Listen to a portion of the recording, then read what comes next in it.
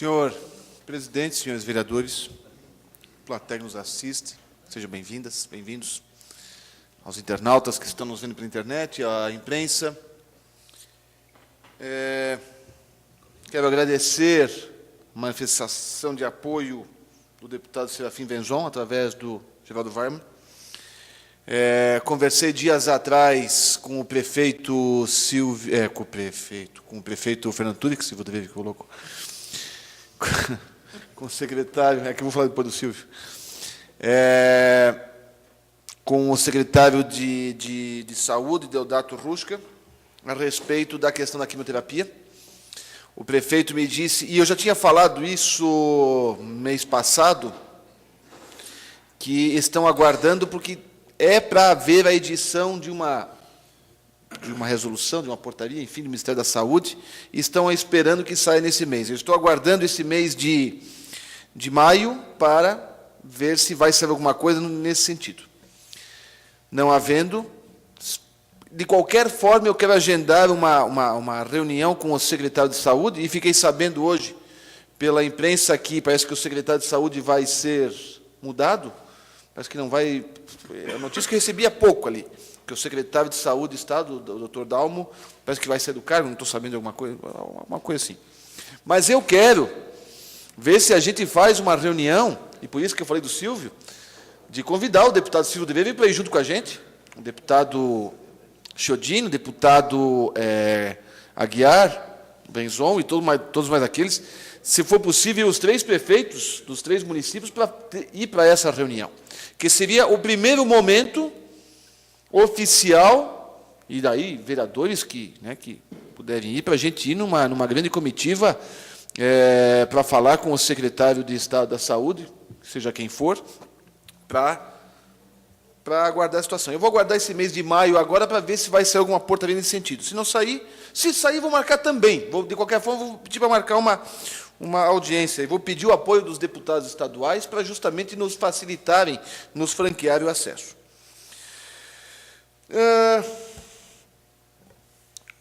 Eu gostei da manifestação do vereador Tirso, e já há muito tempo eu venho, mas quem sou eu? Sou um simples vereador, e antes nem isso eu era, fazendo as críticas à divisão do bolo tributável no Brasil. Não sei como está hoje, mas quando eu era prefeito, os municípios de R$100 arrecadados no Brasil, 12 vinha para o município, 23 vinham para os estados e 65 vinha para a União. E eu sempre falava que o deputado federal ou o presidente da República, o candidato, que defender a redistribuição desse bolo tributável tinha que ter o apoio de todos os prefeitos do Brasil, ou, no caso, um deputado federal, de todos os prefeitos daquele estado. Um deputado municipalista, porque as coisas acontecem aqui no município, não acontecem lá. E aí sim vem aquelas corrupções, como o vereador Tirso colocou. Aqui, no município, se o prefeito não cumpre a lei de responsabilidade fiscal, ele pode perder o seu cargo. Eu lembro uma certa vez que os investimentos que tinham que ser feitos em educação e saúde, os municípios têm que investir 25% em educação, 15% em saúde, e se não cumprirem, ai deles, tiveram as contas rejeitadas e poderiam até perder os cargos. E com os governadores não acontecia isso? E com a presidência da República também não acontecia isso? As coisas acontecem aqui, a fiscalização é feita aqui, o controle é feito aqui. Em cima, eu não consigo ver nenhum de nós conseguindo controlar a presidente da República, indo na porta da casa dela, ou do governador, mas na casa do prefeito vão. Aqui o controle é muito maior, tem que ter... mandem o dinheiro para os municípios para eles fazerem as obras, fazerem as ações, porque aqui tem a população, tem a Câmara de Vereadores, vai ter o Tribunal de Contas do Estado, quando for verba estadual, o Tribunal de Contas da União, a imprensa, a internet, todo mundo controlando o prefeito. Enfim, eu só coloquei isso apenas para completar a manifestação do vereador Tirso. Com relação à manifestação a respeito do reajuste, que o vereador Ede disse que servidores efetivos não podem ser mandados embora, a gente só tem que fazer algumas ponderações, porque o servidor efetivo pode ser mandado embora. Efetividade não se alcança só com o concurso. Tem os de confiança, cargo de confiança e comissão, e os efetivos são os concursados. Mas os efetivos, primeiro, os estáveis, os não estáveis, são efetivos, porque entraram por concurso. E depois de 3 anos do estágio probatório, os em estágio probatório se tornam estáveis, mas já são efetivos desde... Eu só coloquei isso, vereador, até para explicar. O vereador Godoy colocou que muitas vezes surgem falsas informações, ou, aliás, tem muita gente falando, muita coisa, e besteiras até. Não escutei, mas fiquei sabendo, olha, fiquei sabendo, que foi falado hoje no programa de rádio que estão mexendo no dinheiro de presbíteros, estão usando dinheiro de presbíteros para outras coisas. Dinheiro de presbíteros é para cuidar da questão da aposentadoria. Meu Deus do céu, nunca se mexeu no dinheiro de presbítero. O dinheiro de presbítero está lá, sendo aplicado para garantir a aposentadoria e as questões previdenciárias dos servidores. Mas o sujeito tem um microfone e fala, e aí todo mundo vai acreditar. Essas falsas informações que isso faz, e não são de graça, elas têm um motivo, é justamente inculcar nas pessoas a desinformação. Não é informação, é desinformação. O que acontece com o IPRESB é que o IPRESB teve rendimentos abaixo do esperado e isso causou uma queda na arrecadação geral. O vereador Ede colocou na última sessão que nem devia fazer parte da conta. Concordo plenamente, mas infelizmente isso são regras federais, não podem ser mexidas. E eu tenho receio, porque as aplicações... Eu liguei hoje para o presidente do IPRESB, quando foram feitas essas aplicações?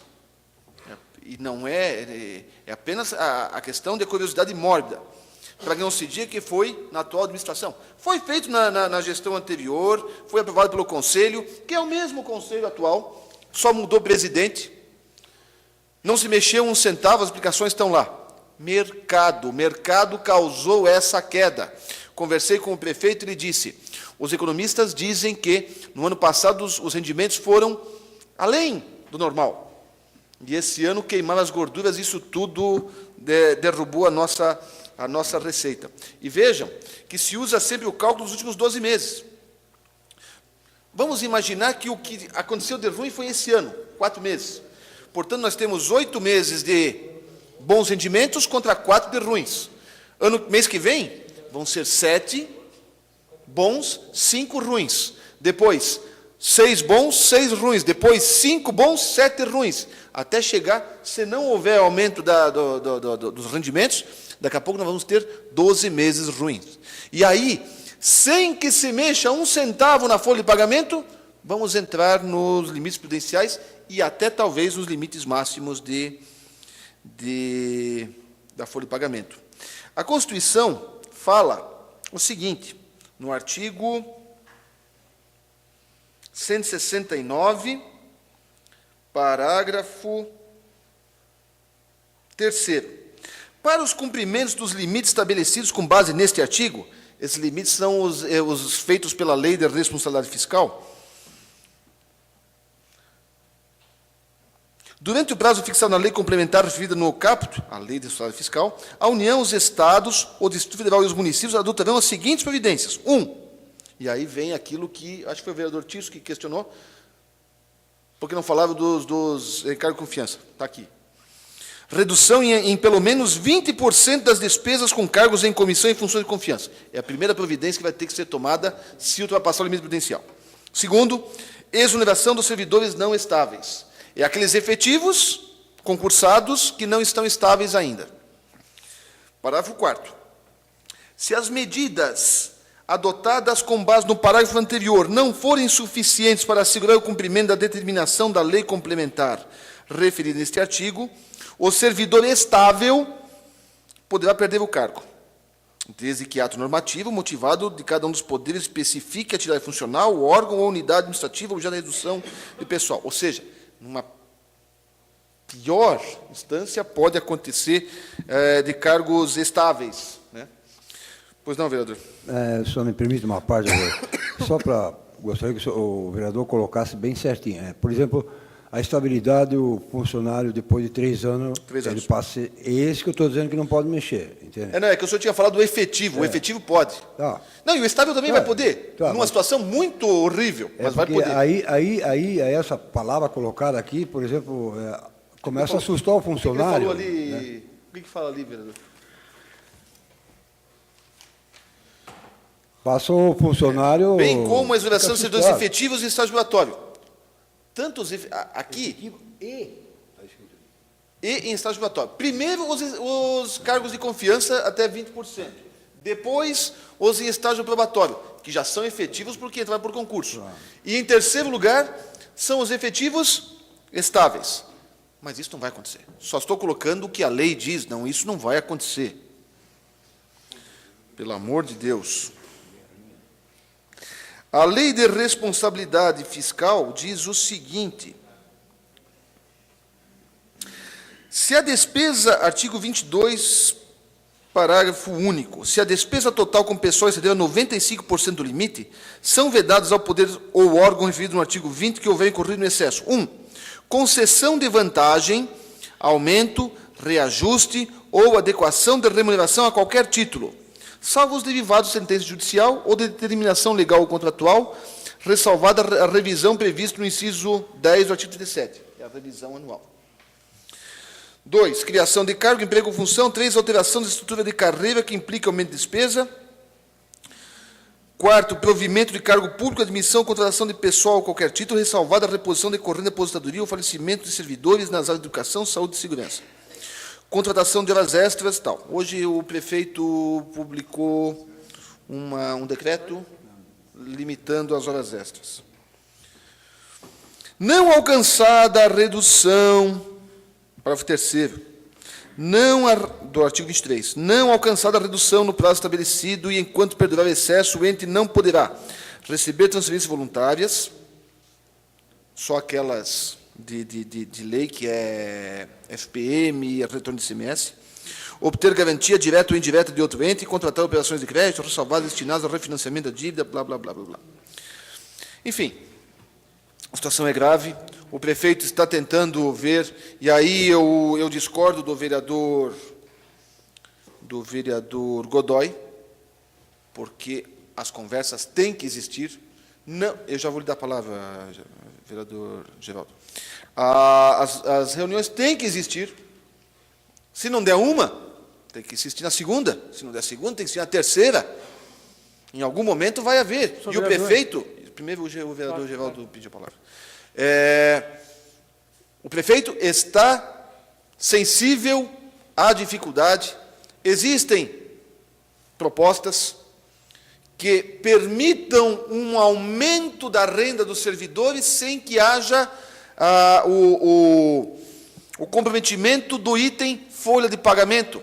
Fazer de outra forma que não seja a questão de inserir na folha de pagamento. Por exemplo, se é mais correto ou não, isso vai ter que haver conversa entre o sindicato e a prefeitura. A questão de aumentar o vale alimentação.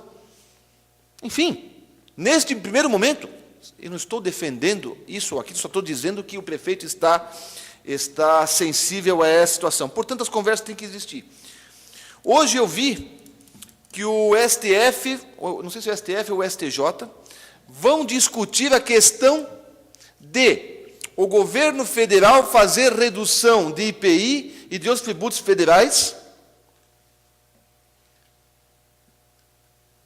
porque isso prejudica o repasse para os estados e para os municípios. O governo federal faz isenções ou diminuições de IPI e tal, é muito legal para quem compra geladeira, para quem compra fogão, para quem compra carro. Está terminando? Acabou já. Mas, isso vai só para concluir, Mas isso causa problemas aqui. Então, que eles reduzam as contribuições, que só vai o recurso para o governo federal, e não fazer abano com o chapéu alheio. Vereador, o senhor ia só apenas corroborar minhas palavras, eu acho. Um pouquinho. Eu peço desculpas, mas terminou meu tempo. Obrigado.